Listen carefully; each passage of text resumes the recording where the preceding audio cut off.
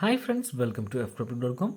In this video, we're learning how to open Portronics Chicklet keyboard. Okay, this is Chicklet keyboard. You can see here it is a foldable Bluetooth keyboard supported by Windows, Android, and Mac OS and iPhone iOS. Okay, so how to do that? It's very simple.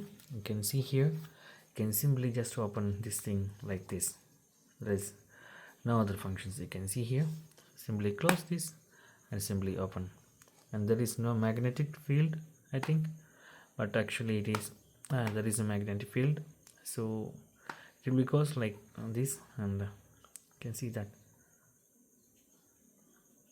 So you can simply open this Chicklet keyboard like this.